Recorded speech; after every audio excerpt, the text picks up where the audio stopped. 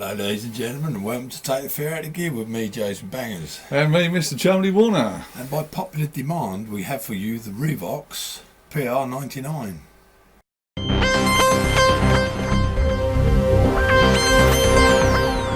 Chumley, you were brought in, again, a thing of beauty.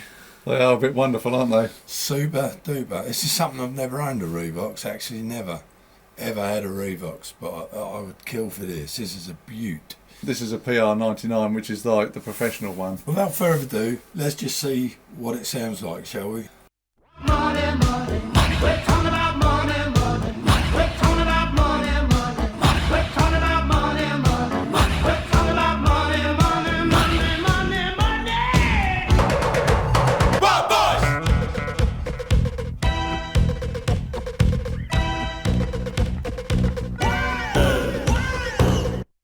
Now, those tracks were done by Simon himself back in the day, where he used to splice tape and used to put them together. And I remember having one, and it got played at parties to death. My brother Danny will contest to that. It's time to say, Tubers and groovers. Chumley Stats. Right, this is a Revox PR99. And these PR99s first came out in 1984.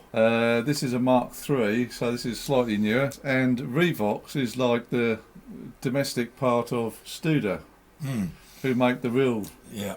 You can tell just by looking at them, can't you? Yeah. They are Studer through and through, aren't they? If we just go through a few other things here, you can do your reel size here. So you have 7-inch reels or 10-inch reels. In the middle there, you've got the vary speed, so you can vary the speed of your tape. You've got two tape speeds on this one, 7.5 and 15.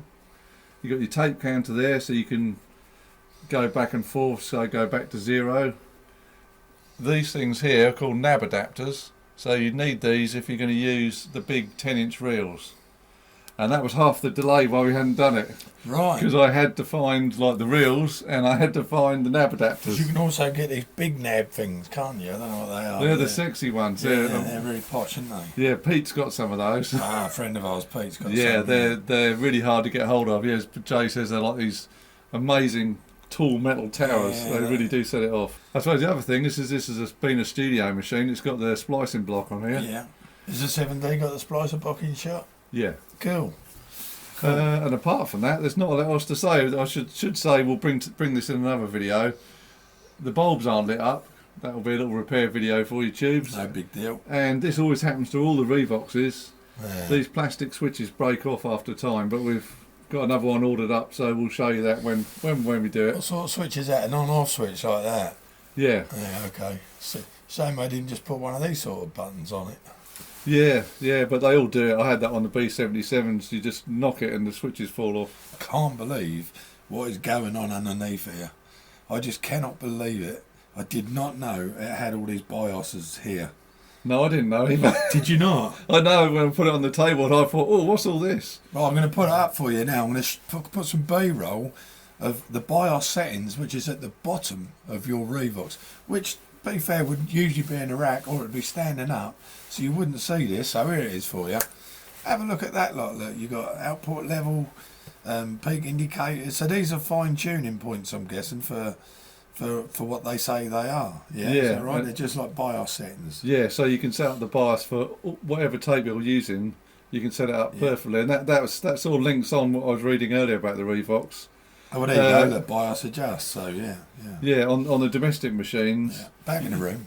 You can't really do that. No, which is great, because if you know you're putting the same level in left and right, but your right meter's going up higher, and you know it's the meter, not what you're putting in, you can bring that back, can't you, and get it set dead right. So this is really useful.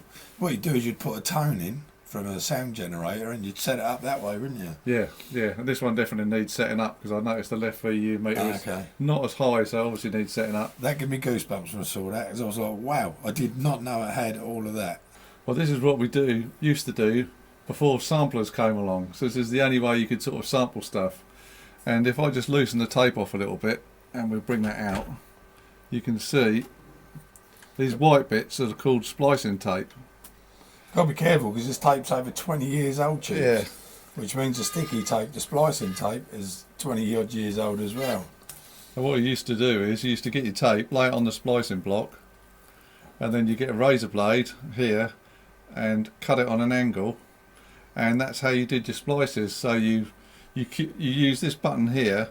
This brought the heads nearer, so you could like a record deck, you could go backwards and forwards here, which piece you wanted.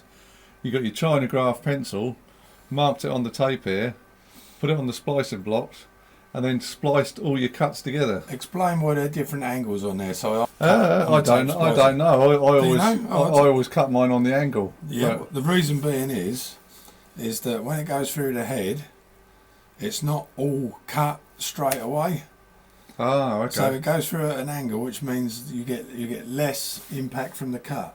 Okay. Right. So imagine if that was going real slow and that was cut at a 45-degree angle, you'll get the first part of the splice, then the rest of the splice comes through gently. If it's all sliced on one straight bit, you get the whole slice pass through the tape head at one time. Okay. And you get a noticeable. So they should be done at a 45-degree angle is the professional way. So I did it right then. Yep. Excellent. Well, if we now put this, if I just slowly, carefully reel this back. So what Simon's going to do now is play you. You will see those edits pass by. Right. You'll see them pass by. Okay, Si. Here we go.